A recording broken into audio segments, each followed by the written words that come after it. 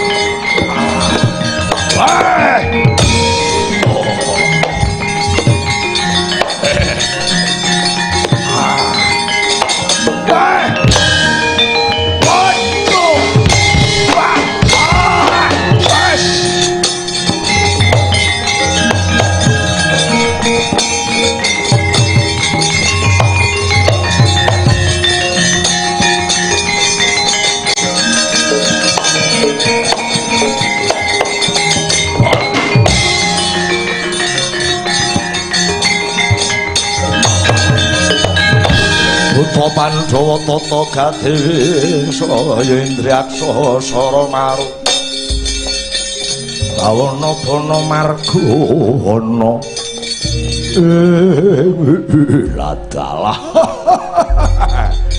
Antarja tak islakon tak rangket ayo pola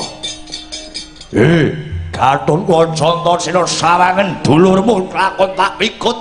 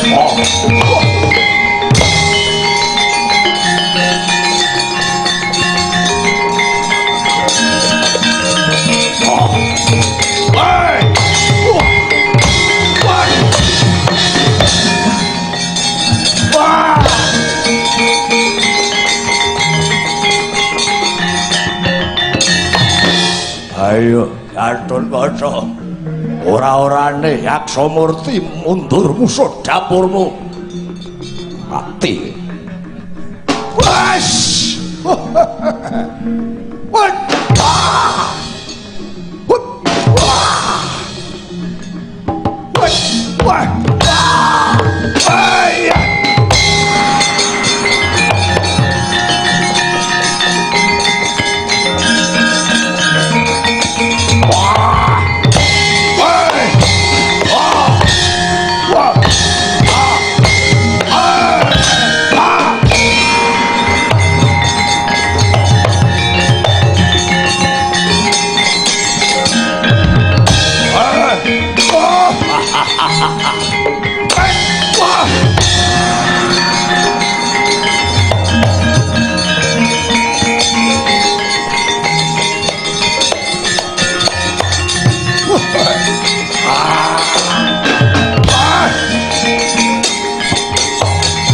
Butuh tanganmu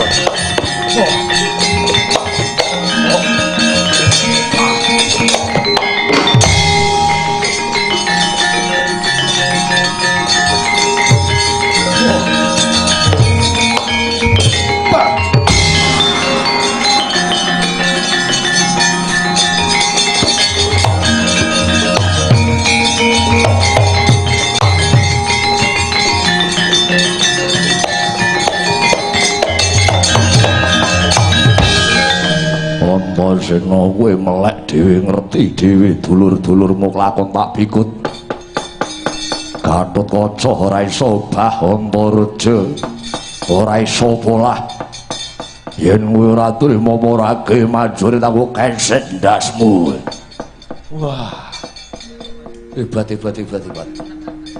kowe iso ngalahke Kakang Gatot iso ngalahke Kakang Antaraja aja sengguh Antasena kalah musuh dapurmu monggo kowe aja nyembeleke Antasena sekawit aku sumbar karo kowe Antasena gelut ki ora nganggo akal ora nganggo akal nganggo kasekten kadigdayan kowe tak sungut ora mlonyoh aja undang Antasena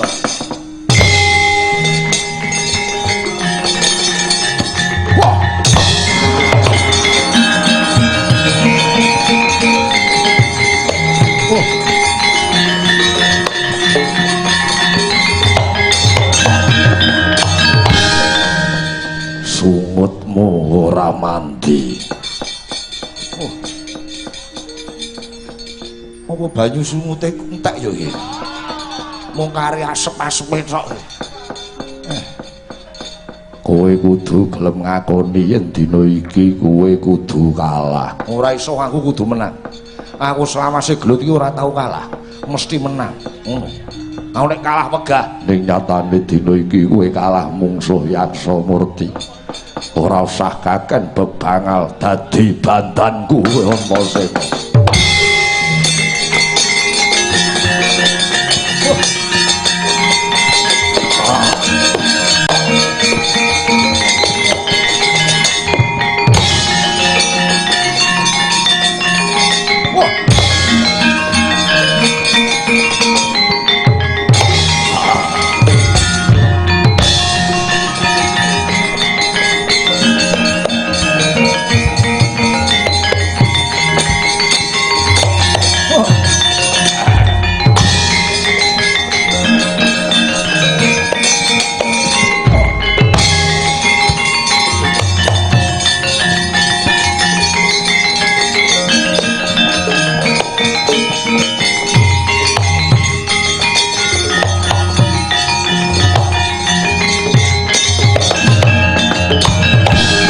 Remeng-remu sorate iwang pratangga mati himawan setona wangi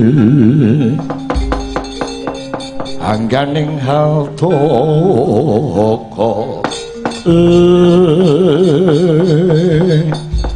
waduh kelakon kuwirangan aku Uculana bandanku buta Yaksa Murti Uculana Gathurwaca ayo Uculana Antarja Yaksa Murti.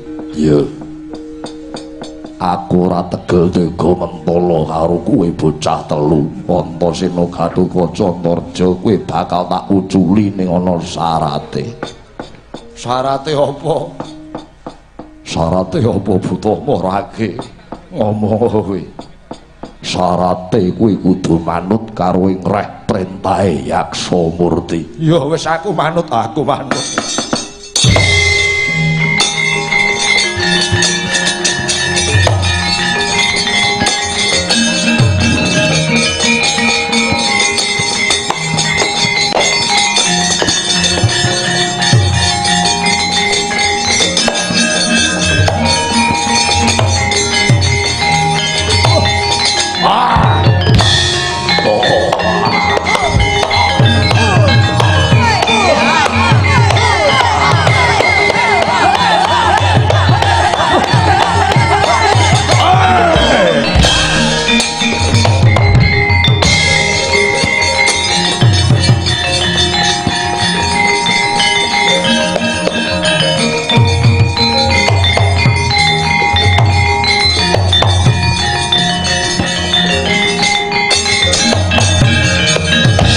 Pandhawa tata gati saya Indriyaksa Sara Maruta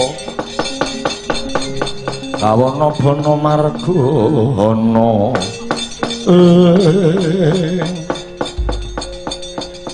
yen padha nyembah sesedokan ana ngarepanku ngene disawang lak ya becik ora mancasi ora ngeyel wae ternyatane ku ya kalah karo aku. Lagi bengi iki Antasena diwirang-wirange karo buta elek. Ora apa-apa Dimas. Ngalah sawetara, ngalah kuwi durung mesti kalah. Wis to, manut karo buta iki. Iya. Aku sakadang manut karo kowe Yaksa Murti. Karepanmu piye? Dina iki ngamarta suwung. Prabu Puntadewa nampa pidana dadi wong ratune mula seksenana wiwit dina iki Ratu Ngamarta Prabu Yaksa Murti.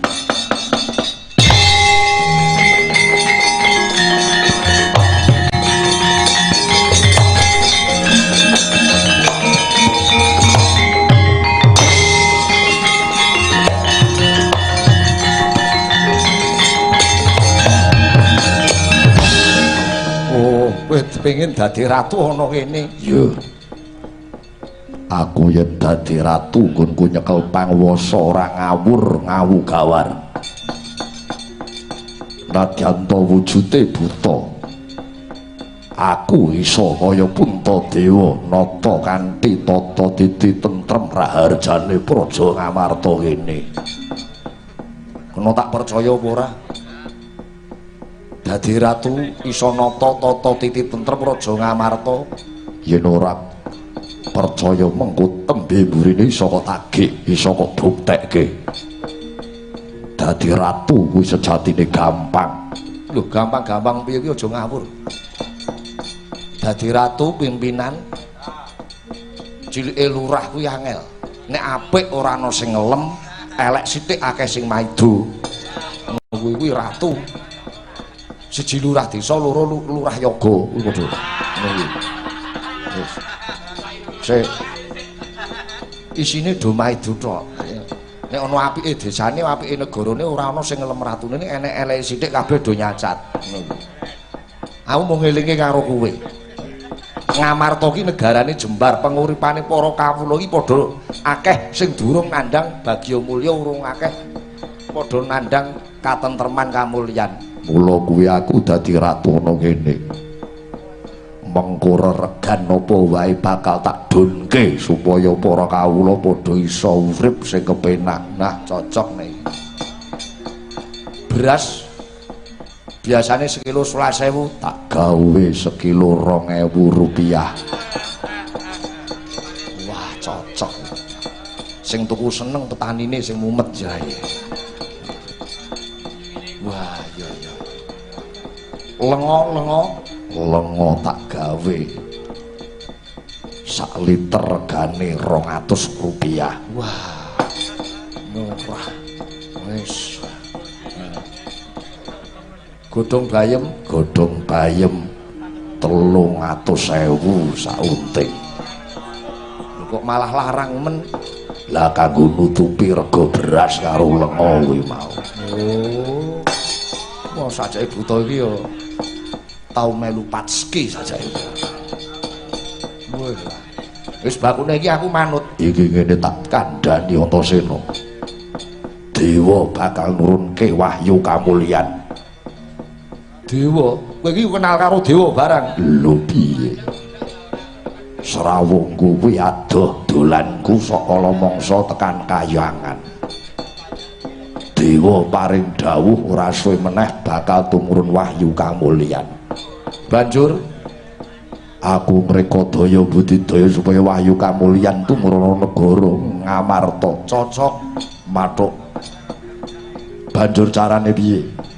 Carane aku njaluk tulung karo kowe kabeh Segara Ngastina.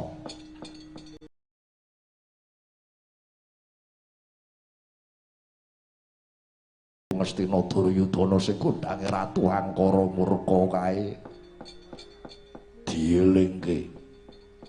Kowe sowan nyang Ngastina jaluken negara Ngastina.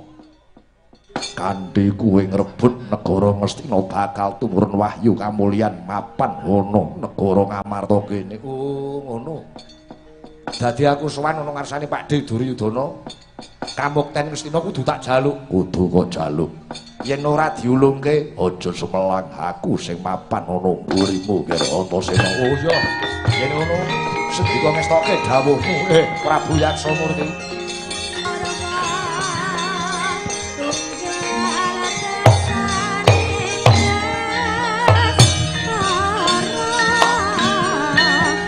Ono kidung